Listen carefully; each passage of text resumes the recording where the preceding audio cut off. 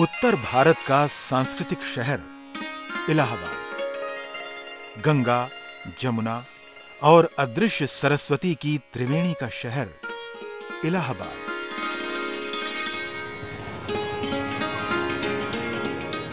पूरब के ऑक्सफोर्ड और समाज को दिशा देने वाले हाई कोर्ट का शहर इलाहाबाद। साफ सुथरी सड़कों, खूबसूरत गिरजाघरों और खपरेल की छतों वाले बंगलों का शहर इलाहाबाद। राष्ट्रीय कांग्रेस की राजनीति का केंद्र इलाहाबाद। निराला, पंत, महादेवी और फिराक की रचनात्मकता का शहर इलाहाबाद। ऐसे ही शहर में 50 के दशक में श्रीपत राय ने कहानी पत्रिका का प्रकाशन शुरू किया।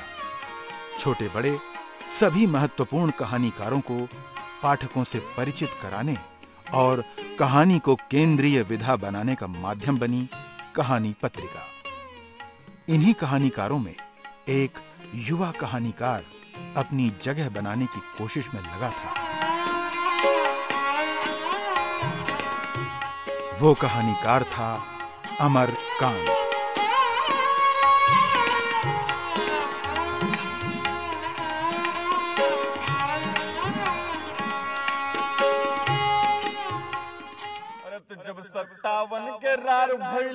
पूर्वी उत्तर प्रदेश का शहर बलिया। इस जिले ने हिंदी समाज को परशुराम चतुर्वेदी और हजारी प्रसाद द्विवेदी जैसी विभूतियां दी। अमरकांत का जन्म बलिया के भगमलपुर गांव में सीताराम वर्मा और अनंती देवी के घर 1 जुलाई 1925 को हुआ। मेरे परिवार में कोई साहित्यिक माहौल तो नहीं था, लेकिन एक बात थी कि किताबें पढ़ने को बहुत से मिली। मेरे पिताजी वकील थे और वो सदस्य चलता पुस्तकालय, वहाँ चलता पुस्तकालय के सदस्य थे, तो 15 दिन में 2 किताबें आती थी। तो वो तो नहीं पढ़ पाते थे, लेकिन हम लोग जो छोटे थे, खासतौर से मैं सबसे बड़ा था, तो मुझे किताबें पढ़ने का शौक़ था। वहीं से किताबें पढ़ने का शौक़ पैदा हुआ और मैं रात रात भर किताबें पढ़ता था। दिन में जब फुर्सत मिलती थी तो किताबें पढ़ता था। बच्चों का भी साहित्य और बड़ों का भी साहित्य पढ़ लेता था। महाभारत है, रामायण है या और उपन्यास बहुत से ये पढ़ने को मिलता था। एक तो हो सकता है कि इसका असर पड़ा हो। दूसरा असर है कि हमारे परिवार में हमारे पिताजी से संस्कार मुझे मिले हों। मेरे पिताजी पहले, उस समय तो नहीं, लेकिन पहले जब हम लोग बहुत छोटे थे, वो नाटकों में भाग ले चुके थे और उनकी बहुत आवाज़ जो है बुलंद आवाज़ थी और बहुत नाटकीय ढंग से बोलते भी थे और नाटक में गाते बहुत अच्छा थे। तो इस माहौल का भी एक असर रहा होगा, उनसे संस्कार ये मिला होगा। और तीसरी बात यह है कि वो स्वयं सच्चाई के, सत्य के उपासक थे, यानी चाहते थे, आदर्शवादी थे और चाहते थे कि उनके लड़के भी उस रास्ते पर चलें और झूठ न बोलें। और इस माहौल का भी काफ़ी असर एक लेखक के लिए, अगर ऐसा माहौल मिलता है तो हो सकता है कि इसका असर जो है लेखन में ये सहायक हुआ हो।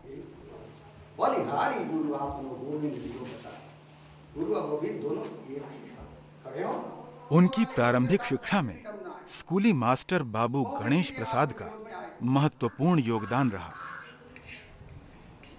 बाबू गणेश प्रसाद हमारे टीचर थे, हिंदी के अध्यापक थे। पहले हिंदी के अध्यापक जो संस्कृत पढ़ाते थे लोग, जैसे घोघा पंडित एक नाम था हमारे अध्यापक, तो वो संस्कृत के स्टाइल से पढ़ाते थे। पुराना किसी के टीचर थे, हिंदी के बारे में बहुत कम जानते थे और मारते अधिक थे। लेकिन बाबू गणेश प्रसाद एमए पास नए नौजवान शिक्षक के रूप में हमारे आए, नए टीचर आए और वो साहित्य से भी जुड़े हुए व्यक्ति थे और वाकई वो चाहते थे कि हमारे विद्यार्थी जो हैं वो साहित्य के प्रति भी रुचि रखें। ये नहीं कि सवैया, घनाक्षरी या कुछ पंत या निराला की कविताएं पढ़ के ही जो संतुष्ट या जो बताते हैं टीचर, उसी के अपने तरह से भी सोचें, वो जीवन के बारे में और कुछ लिखें। तो उन्होंने कहानियों के बारे में पहले बताया कि प्रेमचंद की कहानियाँ ठीक है, वो अच्छी कहानियाँ हैं, लेकिन बाद में अब नए किस्म की कहानियाँ लिखी जा रही हैं और एक प्रगतिशील और वास्तविकता से जुड़ी कहानियाँ लिखी जा रही हैं। उसके लिए उन्होंने मूर्खराज आनंद की कहानी लास्ट चाइल्ड उसका जिक्र किया, उसका पूरा पूरा कथानक उसने सुनाया। उसके बाद वो बताया कि आपको कहानियाँ भी लिखनी चाहिए, तो वो कहानियाँ लिखने के लिए विषय देते थे। अमरकांत आजादी के आंदोलन के साथ साथ जवान हुए। वो कांग्रेस सोशलिस्ट पार्टी से गहरे जुड़े हुए थे। 1942 के आंदोलन में अमरकांत ने पढ़ाई छोड़ दी। वो बलिया आ गए। उस समय छुट्टियों में स्टैफोर्ड क्रिप्स आए थे और वो एक प्रस्ताव लेके आए थे एक सीमित आज़ादी का। गांधी जी ने उसको ठुकरा दिया था। अब गांधी जी ने कहा, बाद में गांधी जी हरिजन में लेख लिखने लगे थे और उन लेखों ने एक सारे देश को जो है खड़ा कर दिया एक तरह से। उन्होंने कहा कि ये सरकार जो ब्रिटिश सरकार जो है, ये तो हमारे कंधे पर लाश की तरह है। इलाहाबाद से बीए की पढ़ाई पूरी करने के बाद देश सेवा के इरादे से अमरकांत हिंदी दैनिक सैनिक में काम करने आगरा आ गए। तो ये समझिए कि एक रोमांटिक ही भावना समझिए कि हम पत्रकारिता में जाने का निश्चय किया।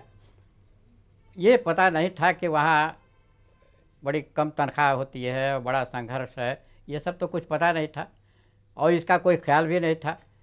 ख्याल ये था कि हम जो है हिंदी की सेवा करेंगे वहाँ पर जाके और पत्रकार बनेंगे और इस नाते राजनीति तो हिंदी दोनों ही की सेवा करेंगे। उन दिनों आगरा में प्रगतिशील लेखक संघ काफी सक्रिय था।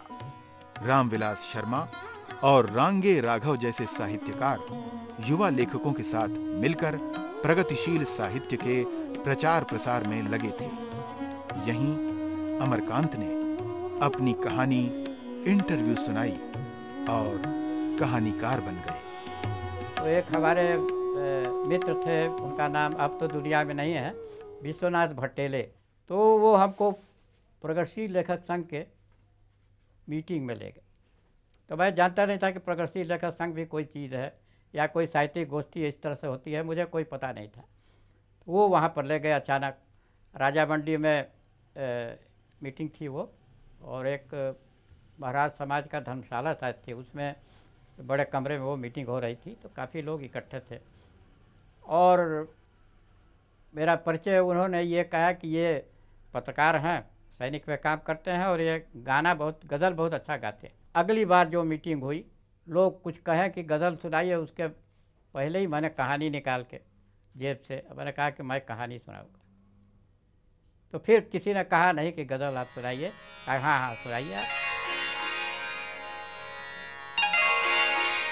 आगरा में सैनिक में नौकरी करने के बाद अमरकांत जल्द ही इलाहाबाद लौट आए। यहाँ उन्होंने अमृत पत्रिका से पत्रकारिता शुरू की। वहाँ आर्थिक रूप से बड़ी तनख्वाह ठीक से नहीं मिलती थी। 100 रुपये तनख्वाह थी, वो भी समय पर नहीं मिलती थी। और परिवार हमारा शादी हो चुकी थी, लेकिन परिवार तो बलिया में था। बीच बीच में आए भी, लेकिन यह है कि जो आपको 100 रुपया मिलता भी था, महंगाई दिन पर दिन बढ़ती जाती ही थी उस हिसाब से, लेकिन टुकड़ों में तनख्वाह मिलती, समझे कि नहीं।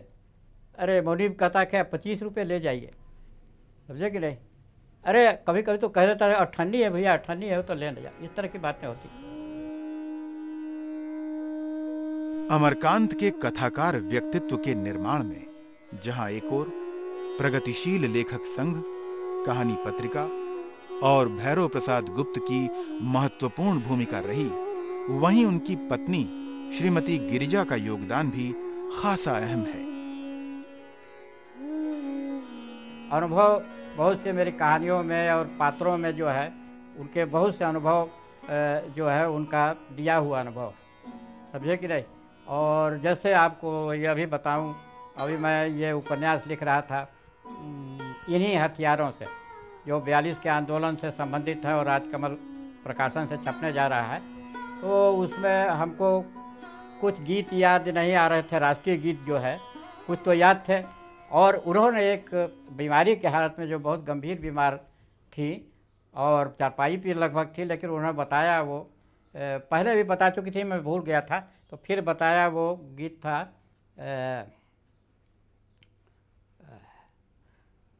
शहीदों की टोली निकली, सर पर बांधे कफनिया हो, अंग्रेज़ों का छक्का छूटा, सेखी मिल गई धूर भाई, सेखी मिल गई धूर, कलेजे बीच गोली निकली, सर पर बांधे कफनिया हो, शहीदों की टोली निकली।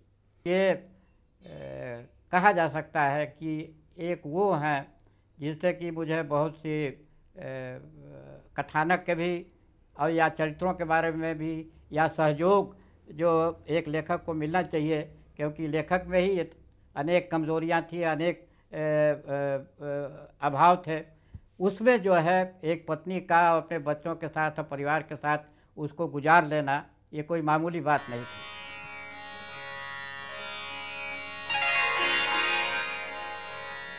सन 2002 की गर्मियों में अमरकांत की साहित्यिक यात्रा का सफर इलाहाबाद में जमुना नदी में नौका विहार करते दर्ज किया गया।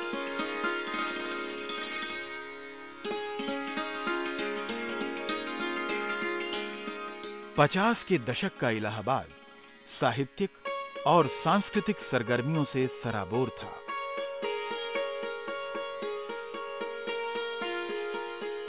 शहर में एक तरफ परिमल का बोलबाला था, तो दूसरी ओर भैरव प्रसाद गुप्त के नेतृत्व में कहानी पत्रिका के केंद्र में युवा कहानीकारों का प्रतिभाशाली समूह अपनी पहचान बना रहा था।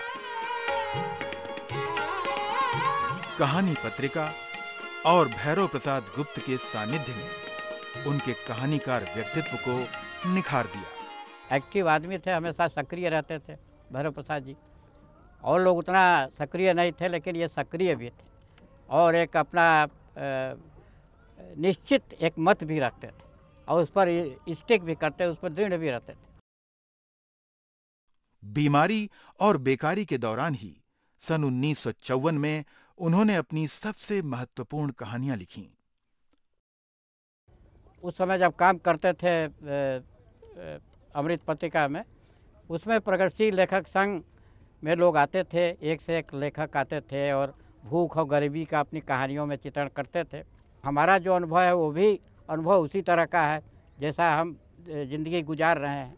और दूसरा है कि हमारे तरह लाखों करोड़ों लोग होंगे जो कि इस तरह से ज़िंदगी गुजारते हैं, जो आधे पेट खा के रहते हैं, खा नहीं पाते, लेकिन उसका मुकाबला करते हैं, कोई शोर नहीं मचाते कि हम भूखे हैं, हम ये हैं, वो हैं।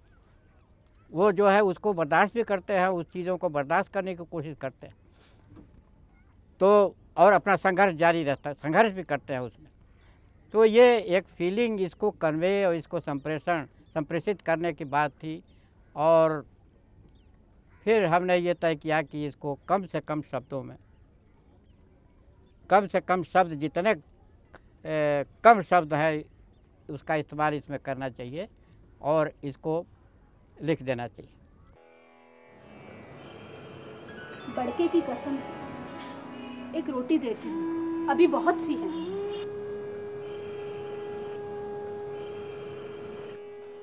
रोटी? नहीं, रहने दो, अब पेट काफी भर चुका है। अन्न और नमकीन चीज खाते खाते तबीयत भी उब गई है। तुमने व्यर्थ में कसम धरा दी। तुम्हारी कसम रखने के लिए लिए है ये रोटियां।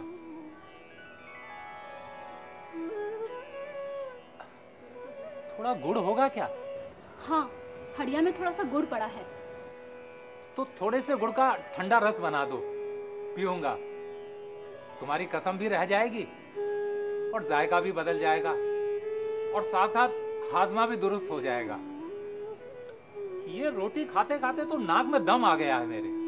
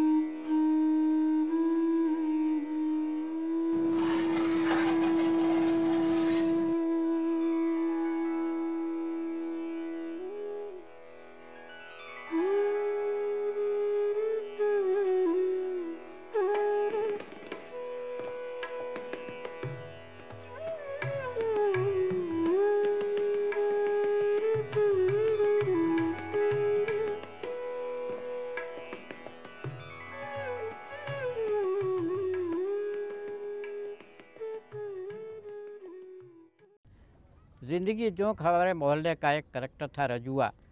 रजुआ उसका असली नाम है, असली नाम तो ये नहीं था, घर पर रख दिया गया था रजुआ। तो वो उसको हमने 43-44 के ज़माने में देखा था। ये 55 की बात है, 54-55 की बात है जो कि कहानी लिखी गई। तो उसको हमने देखा, हमारे घर में ही आता था, और उसका प्रगति या उसका जो है वो एक तरह से भिखमंगा भी उसको नहीं कर सकते, क्योंकि वो स्वाभिमान से जीने की कोशिश तो करता था, लेकिन बार बार वो असफल हो जाता था, समझे कि नहीं। 43-44 का करेक्टर मेरे दिमाग में रहा, और मुझे अंत में जो है, जब मैं अमृत पत्रिका में काम कर रहा था, तो वो कहानी जो हमेशा हांट वो करेक्टर करता रहता था, और अंत में उसका अंत मेरे समझ में नहीं आता था। तो वहाँ पर जो है अंत मुझे मिला, एक हमारे साथी से बातचीत के दौरान मुझे अंत मिला, और मैंने कहा, सोचा कि अब कहानी लिखनी चाहिए। तो इस पीरियड में हमने कहानी रजुआ की करेक्टर जो है लिखी, जो कि आप देख ही रहे हैं कि वो क्या करेक्टर है, उसकी समस्या क्या थी।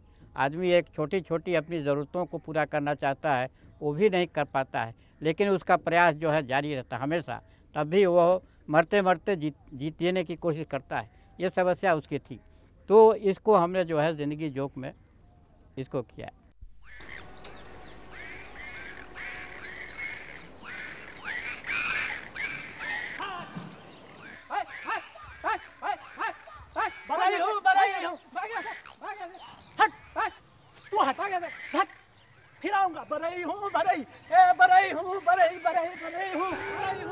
ये कहानी सन 62 ही में लिखी गई, चाइनीज़ एग्रेशन के बाद। और उस मूड को हमारा ही मूड नहीं था, बल्कि और लोगों का हमने देखा, उसको नौजवानों को देखा कि उनके साथ कोई दिशाहीन हो गए, समझे कि नहीं। नौजवानों पर कोई दिशा नहीं थी, तो वो एक एडवेंचरिज्म में आ गए, समझे कि नहीं, एक सिनिकल मूड में आ गए। ये सब एक डेवलपमेंट हो रहा था, ये हमने देखा, और उस पर जो हमने हत्यारे कहानी लिखी। Hello dear. Hello son. और बेटे इतना लेट क्यों हो गए? अबे यार बोर हो गए। कोई खास बात? अरे वही नेहरू यार। हाँ। आज उसका एक और नया पत्र आया है। ओह आई सी। इस आदमी ने मुझे परेशान कर दिया है।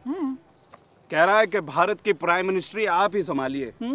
मैंने कहा भाई मेरे पास और भी बहुत से काम हैं। लेकिन वो मानता ही नहीं है। क्या कहता है? अरे वही पुराना राग अलाप रहा है। कह रहा है कि गांधी जी जो मुझे बोझ सौंप कर गए, अब आपके मजबूत कंधों पर है। आप जैसा काबिल और समझदार आदमी कोई दूसरा है ही नहीं। हाँ।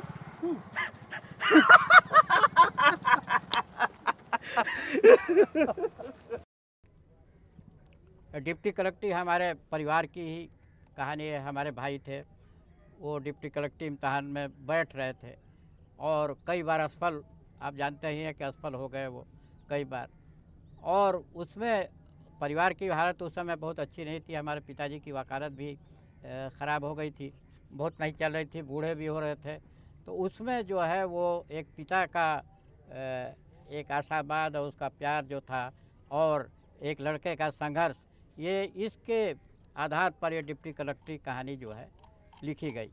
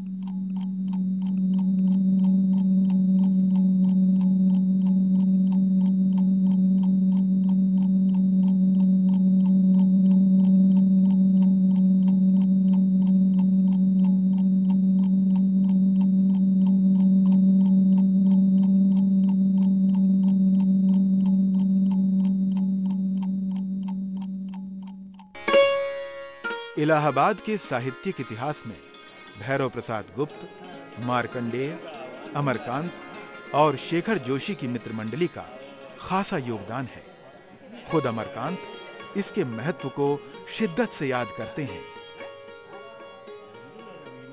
मैं हार्ट दिल की बीमारी के बाद आया था तो मुझे चलने में दिक्कत होती थी, तो लोग बड़े मदद देते थे।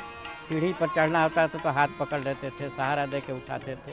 तो बहुत केयर, ये दोस्ती खाली इतनी नहीं थी, बड़े केयर एक दूसरे का किया जाता था। और सभी कोई धंधा सेठ तो थे नहीं, मामूली कमाने खाने वाले थे, लेकिन जो संकट आपस में पड़ते थे उस संकट को देखना, मदद करना, सलाह देना, ये मदद और तरह के देना, काम दिलवा देना, इस तरह की ये दोस्ती थी। क्योंकि हम जानते थे कि जो एक साहित्य में इस दृष्टि से जो चल रहे हैं वो कोई भौतिक सफलता के लिए नहीं चल रहे हैं, उसे कष्ट सहना ही पड़ेगा, ये हम मानते थे, सभी मानते थे, और उसमें जितना मदद दे सकते थे वो देते थे। अमरकांत के कहानीकार को उनके साथी रचनाकार बड़ी शिद्दत से महसूस करते हैं। अमरकांत की कहानी किसी एक निष्कर्ष की ओर उन्मुख दौड़ने वाली कहानी नहीं होती, अंत में नहीं होती, पूरे शरीर में होती है। ये इस दृष्टि से मैंने कहा कि कहानीपन, पूरी कहानी, बल्कि यूँ कहा जाए कि जो विचार है वह कहानी में घुल मिल करके एक जो कला पैदा करता है, सौंदर्य पैदा करता है, उस तरह कहीं एक जगह विचार नहीं है, बल्कि पूरी कहानी में वहाँ से वहाँ तक व्याप्त है। ये कला है उनकी। अमरकांत के साथ एक नए तरह का जीवन आया जो कि नई कहानियों में नहीं था। जैसे मध्यम वर्गीय समाज का जीवन जो अमरकांत की कहानियों में आया, डिप्टी कलेक्ट्री में या दोपहर के भोजन में, वो नई कहानियों में उस तरह से मौजूद नहीं था। तो इस तरह से देखने पर ऐसा लगता है कि अमरकांत नई कहानियों के दौर के लेखकों से भिन्न थे या भिन्न हैं। इसी कारण कई बार अमरकांत के बारे में लोगों का यह कहना है कि वो मध्यम वर्गीय लेखन की जो पुरानी परंपरा थी उससे जुड़े हुए प्रगतिशील लेखक हैं। भाषा के वैविध्यपूर्ण, यथार्थपरक और व्यंग्यात्मक जो अमरकांत की हल्की नहीं, उनकी ऐसी कोई एक भी कहानी नहीं मिलेगी जिसमें कि हल्का व्यंग न। बिंब विधान भी व्यंग परक है, जो दृश्य विधान है वो भी व्यंग परक है। एक तरफ वो यथार्थ को आपके सामने प्रक्षेपित करता है, दूसरी तरफ व्यंग के माध्यम से एक नए अर्थ भी रिफ्लेक्ट करता है। ये उनकी विशेषता है। एंगल्स का एक बहुत प्रसिद्ध वाक्य है कि कला में विचारधारा जितनी अधिक छिपी रहती है, कला का उतना ही अधिक भला होता है।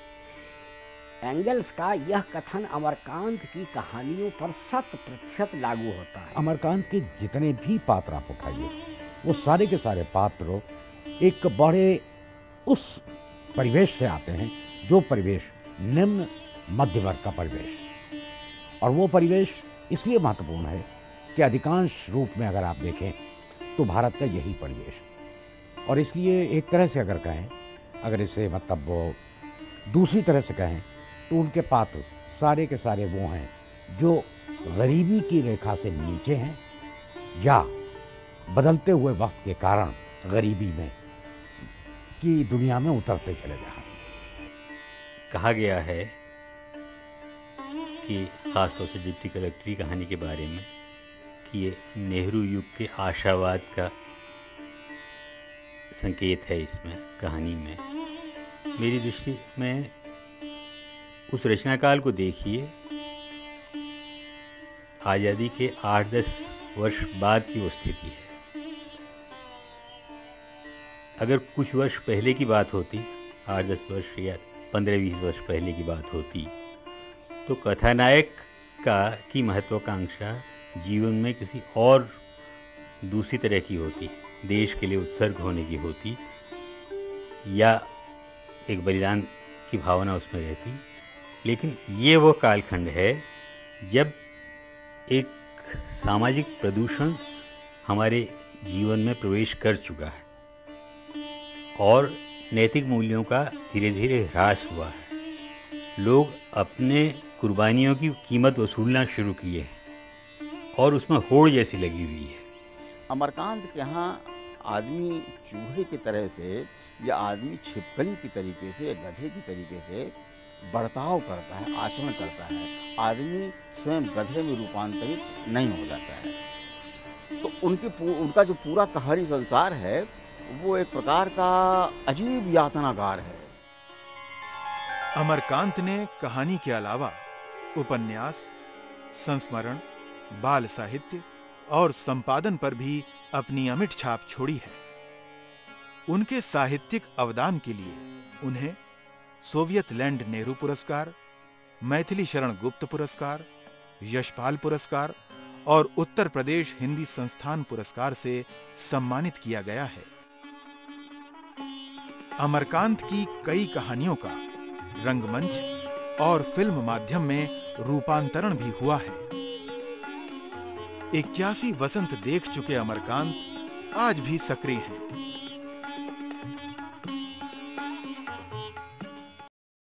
सबका के दिलन शिव जी अनधान सोनावा, सबका के दिलन शिव जी अनधान सोनवा बन वारी हो, हमारा के लड़ी का भाता पनवारी हो, हमारा के लड़ी का भाता। लड़ी का भतर लेके सुतली वो सरवा, लड़ी का भतर लेके सुतली वो सरवा बनवारी हो, जरी गईले एड़ी से कपार। चुप रह लड़ी का भतर, चुप रह लड़ी का भतर बनवारी हो, मकई में बोले लाहूड़ा।